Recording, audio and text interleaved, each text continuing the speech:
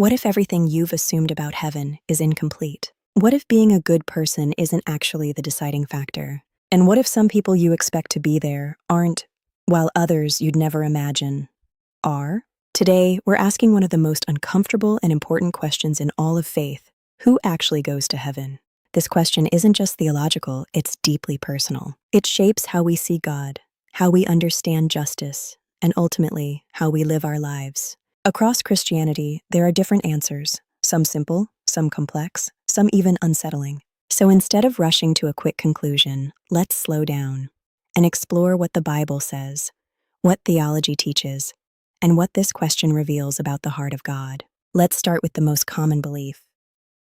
Good people go to heaven. It sounds reasonable, fair even. If someone is kind, honest, generous, surely that counts for something, right? But here's where things get complicated. The Bible doesn't actually teach that goodness alone earns heaven. In fact, it says something much more challenging: that no one is perfectly good. Not you, not me, not anyone. If heaven required moral perfection, then no one would qualify. So the question becomes, how good is good enough? And who decides that standard? This is where Christianity begins to shift the conversation entirely. At the center of Christianity is a radical idea that heaven isn't earned, it's given. Not as a reward for being good, but as a gift received through faith. The New Testament repeatedly emphasizes that salvation comes through trusting in Jesus, not through human effort alone. That doesn't mean actions don't matter, but it does mean they're not the foundation. Think of it this way. If heaven were based purely on performance, it would always feel uncertain. Have you done enough?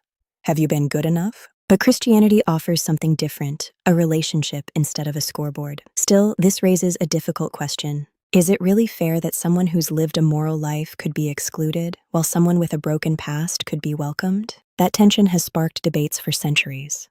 At the heart of this issue is one word: grace. Grace means receiving something you didn't earn, and if we're honest, that can feel uncomfortable, because grace disrupts our sense of fairness. It suggests that heaven isn't about balancing good and bad deeds, but about being reconciled to God. There are stories in the Bible that illustrate this vividly. Like the criminal who, in his final moments, turns to Jesus and is promised paradise. No time to fix his past, no chance to prove himself, just a moment of faith. For some, that's beautiful. For others, it feels almost too generous. But maybe that's the point. Now we come to one of the most difficult questions. What about people who aren't Christian, or those who never even had the chance to hear about Jesus?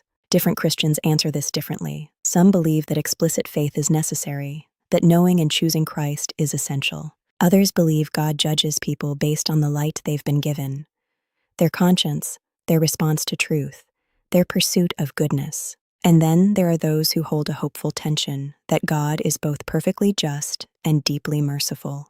The truth is, the Bible doesn't answer every detail as clearly as we might want, but it consistently portrays God as both righteous and compassionate, which means this question isn't just about theology. It's about trust. Do we trust God to judge rightly, even when we don't have all the answers? In some of his most surprising teachings, he suggested that outward appearances don't tell the whole story, that it's possible to look faithful on the outside and still be far from God on the inside. He also challenged religious people, those who thought they had everything figured out. Which brings us back to the core idea.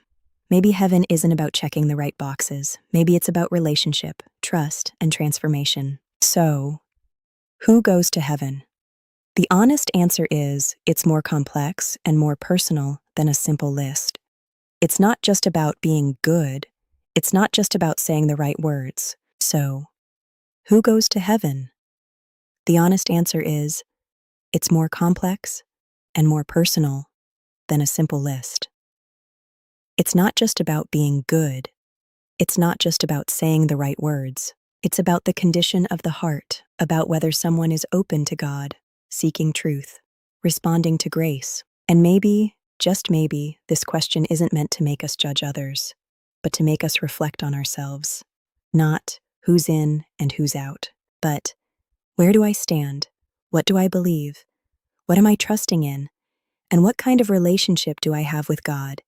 If any. This isn't an easy question, but it's one worth wrestling with, because how you answer it shapes how you live your life today. So I want to hear from you. Who do you think goes to heaven and why?